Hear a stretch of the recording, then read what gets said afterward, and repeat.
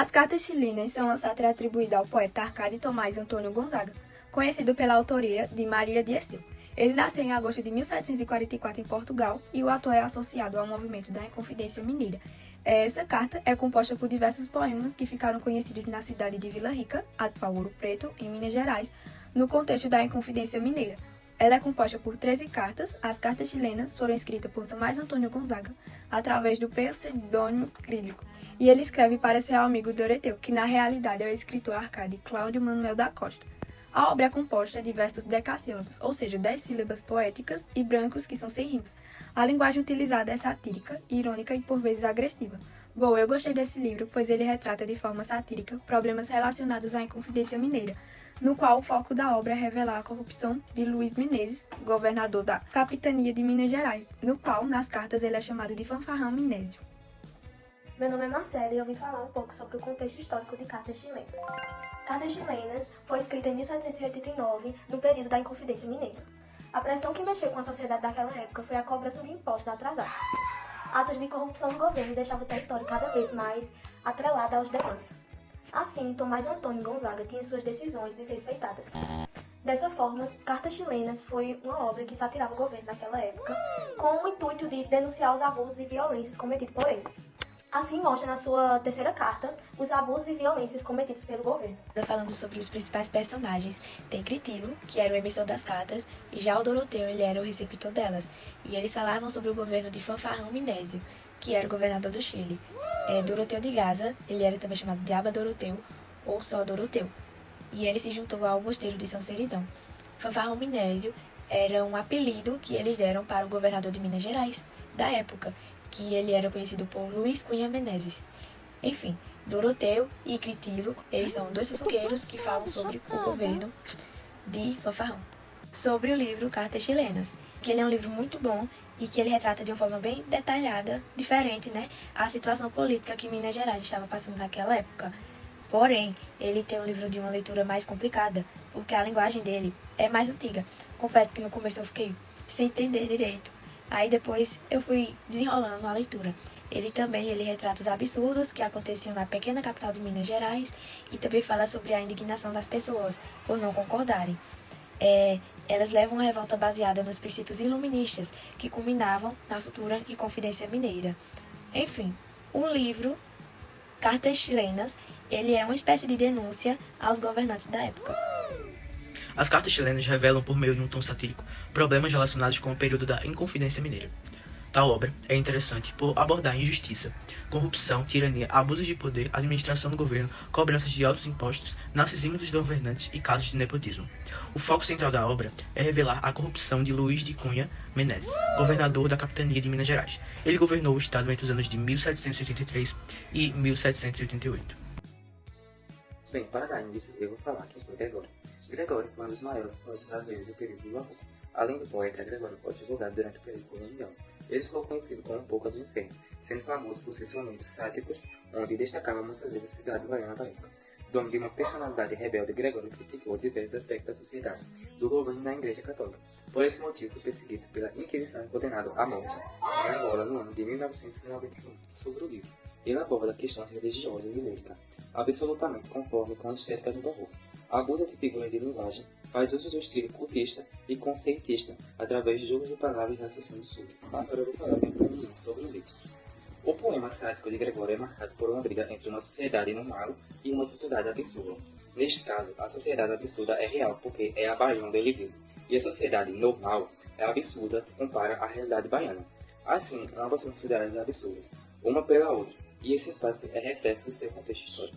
As críticas são expostas de maneira vulgar, rude, ácida e sem nenhum pudor. Justamente por isso a poesia sática é a mais conhecida de sua produção. A gente pode depreender que esse foi o período barroco, ou seja, um período em que as pessoas usufruíam e esbanjavam muita riqueza, e a gente também pode ver ao longo do livro a confusão do homem entre o antropocentrismo e o teocentrismo. O homem ele fica em dúvida sobre as questões sociais, ele fica entre Deus e entre o mundo. Por isso a gente vai ver em muitos momentos do livro o homem pecando e pedindo perdão logo após.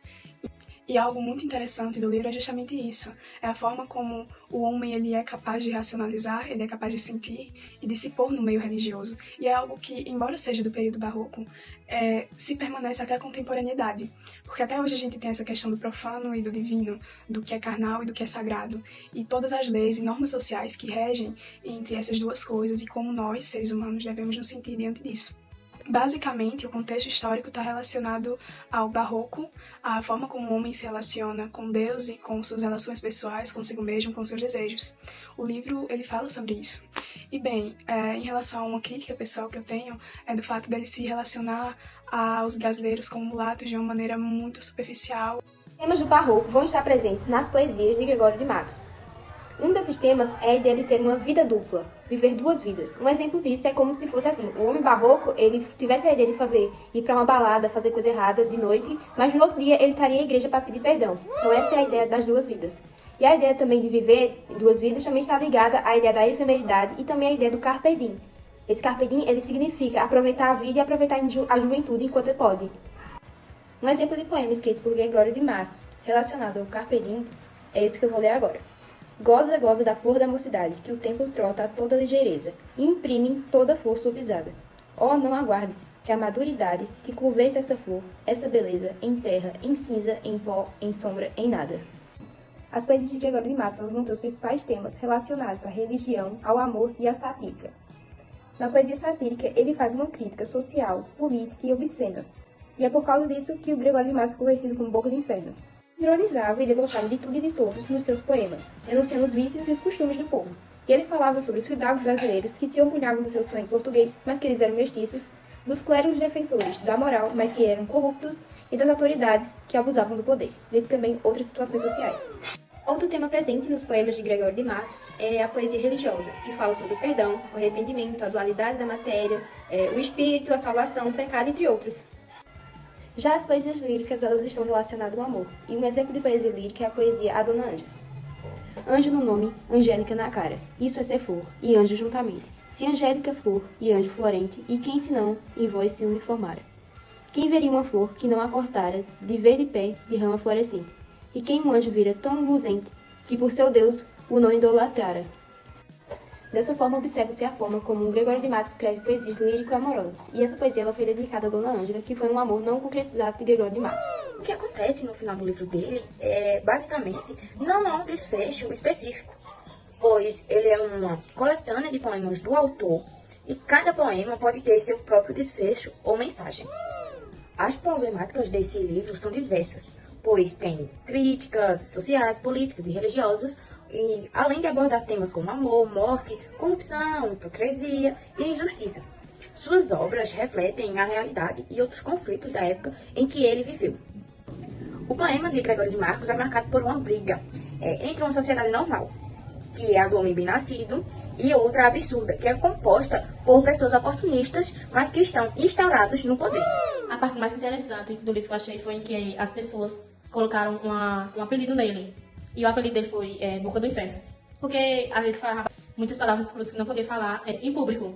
E ele falava. E essa parte foi em que eu achei bastante interessante para as pessoas colocarem esse apelido nele.